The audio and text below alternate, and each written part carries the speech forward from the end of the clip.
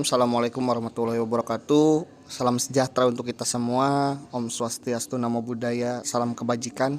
Puji syukur, marilah kita panjatkan kehadirat Allah Subhanahu wa taala karena atas berkat rahmat dan hidayahnya kita masih diberikan kesehatan jasmani maupun rohani. Baik, untuk materi tambahan di pelajaran sejarah Indonesia kelas 10 MIPA dan IPS.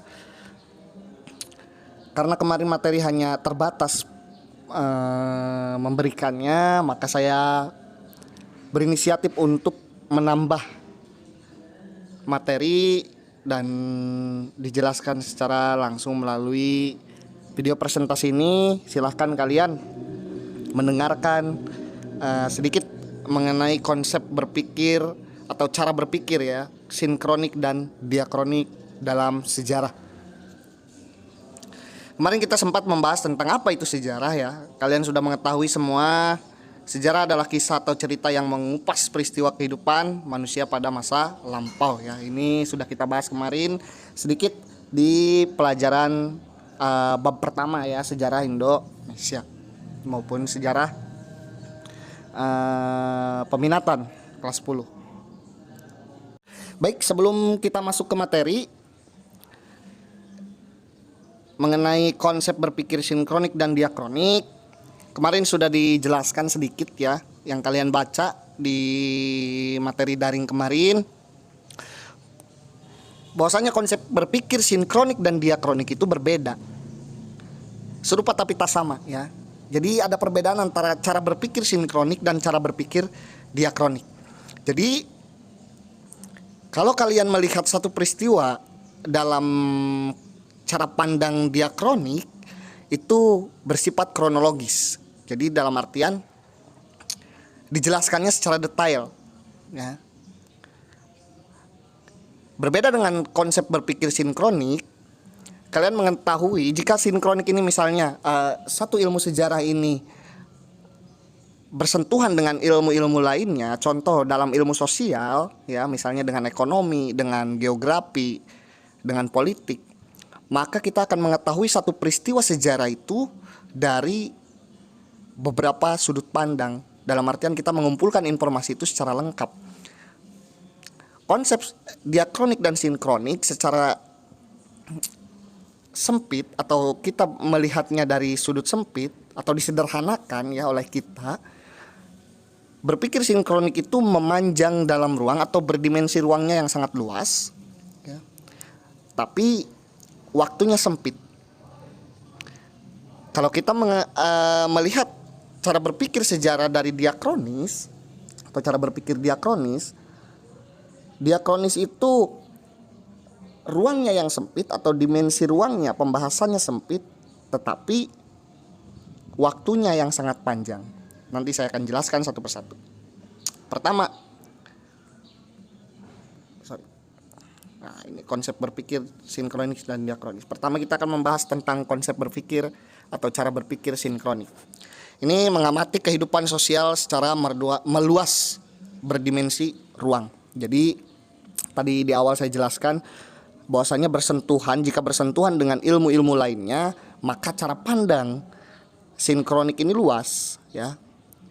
Kita mengetahui satu peristiwa sejarah itu dari beberapa sudut pandang atau mengumpulkan informasinya itu luas, dan ini biasanya digunakan oleh ilmu-ilmu lainnya. Contoh misalnya satu peristiwa sejarah, kita akan mengetahui satu peristiwa sejarah tersebut jika kita berpikir menggunakan cara sinkronik, maka kita mengetahui satu peristiwa sejarah tersebut dari beberapa sudut pandang mulai ekonomi, budaya, dan politiknya. Kemudian yang kedua, memandang kehidupan masyarakat sebagai sebuah sistem yang terstruktur dan saling berkaitan antara satu unit dengan unit yang lainnya. Yang ketiga, menguraikan kehidupan masyarakat secara deskriptif dengan menjelaskan bagian demi bagian. Ya, jadi satu demi satu dijelaskannya secara deskriptif. Yang keempat, menjelaskan struktur dan fungsi dari masing-masing unit dalam kondisi statis.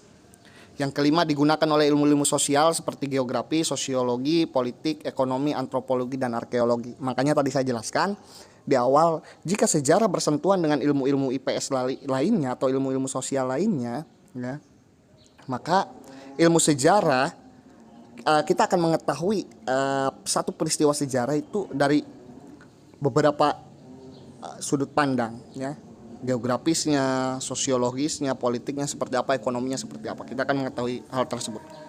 Next, cara berpikir diakronis atau kronologis.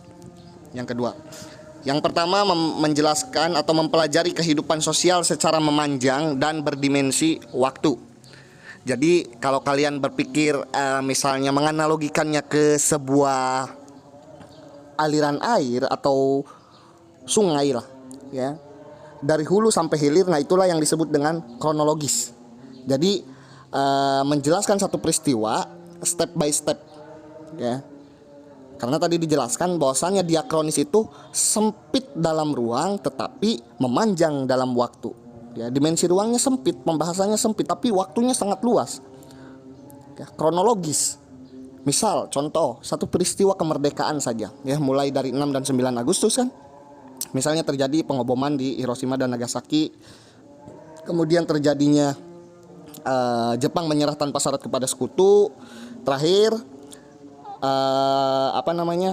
penculikan, ya, tokoh tua, ya, yaitu Bung Karno dan Bung Hatta oleh tokoh muda, ya, oleh para pemuda.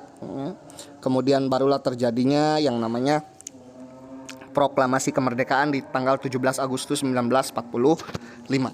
Nah, itu kronologis, ya. Sempit ruangnya, tapi waktunya sangat panjang. Yang kedua, memandang masyarakat sebagai sesuatu yang terus bergerak dan memiliki hubungan kausalitas atau sebab akibat.